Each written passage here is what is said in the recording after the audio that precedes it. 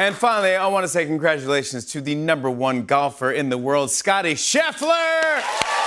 In July 2025, Scheffler won the 2025 Open Championship at Royal Portrush in Northern Ireland for his 4th major championship victory.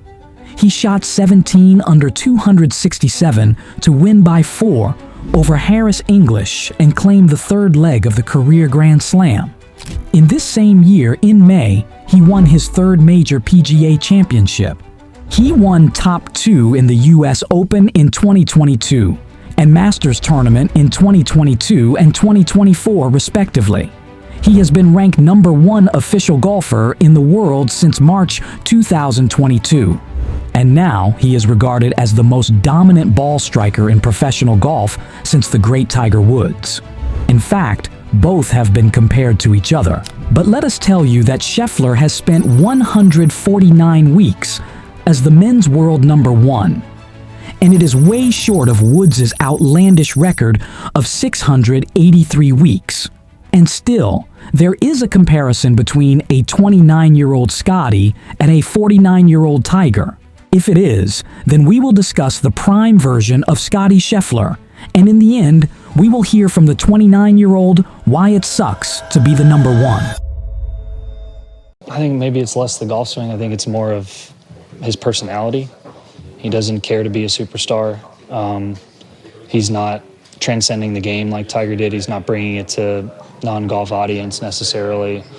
He doesn't want to go do, the stuff that, a lot of us go do corporately, anything like that. He just wants to get away from the game and separate the two. Honestly, he's been dominant for the last couple of years. He is the bar that we're all trying to get to. Scottie Scheffler started hitting and curving balls inside his parents' home at the age 3 with a plastic golf set and a ping pong ball. Post September 11th attacks in New York, the family moved from New Jersey to Dallas. His parents enrolled him at Royal Oaks Country Club there at Dallas, with borrowed $50,000 money.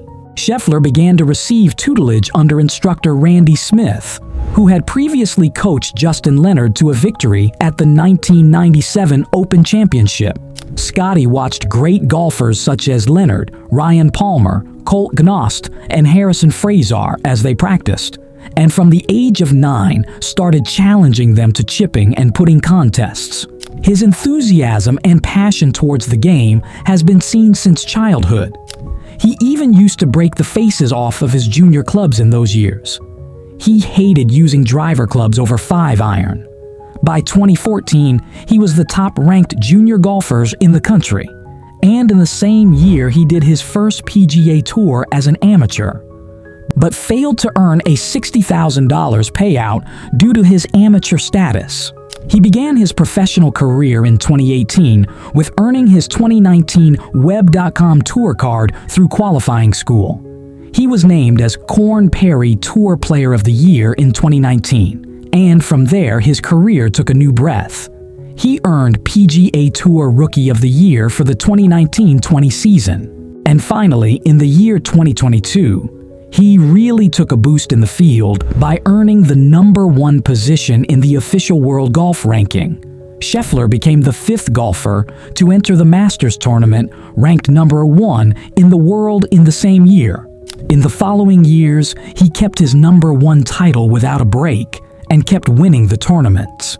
And as the #1 player in the world rankings, Scheffler in 2024 was qualified as one of the 4 men to represent the United States at the 2024 Olympic Golf Tournament in Paris. As of 2025, he won PGA Championship title at Quail Hollow Club in North Carolina and the Open Championship title at Royal Portrush in Northern Ireland.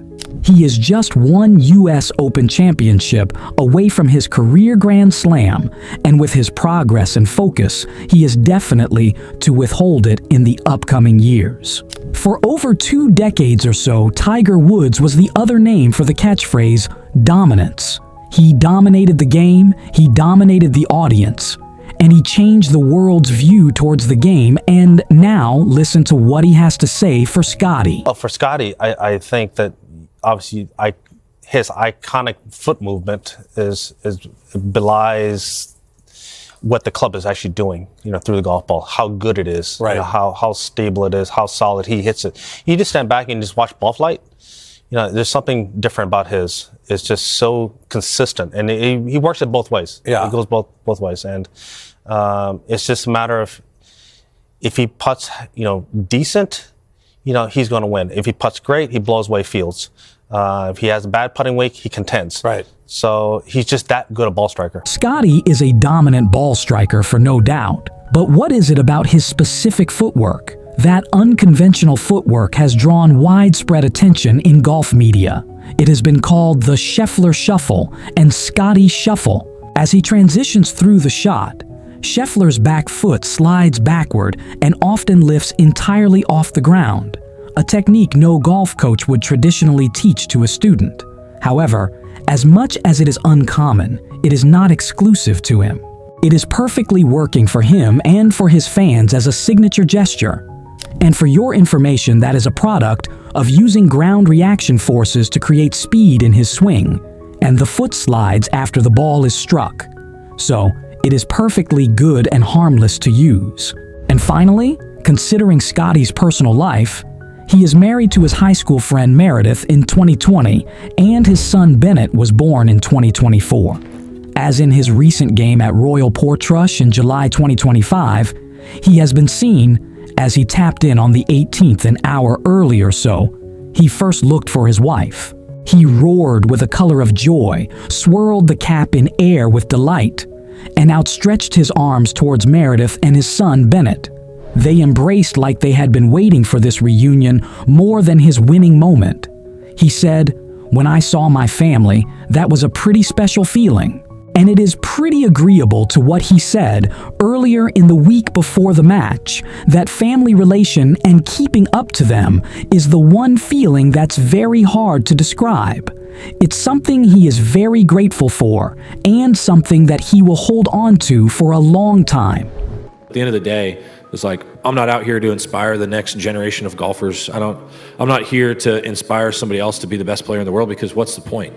This is not a fulfilling life. It's fulfilling from the sense of accomplishment, but it's not fulfilling from a sense of like the deepest, places of your heart. There's a lot of people that make it to what they thought was going to fulfill them in life, and then you get there and all of a sudden you get to number one in the world, and then they're like, what's the point? And I really do believe that, because what is the point? You're like, why do I want to win this tournament so bad? That's something that I wrestle with on a daily basis. That's why I talk about families being my priority, because it really is.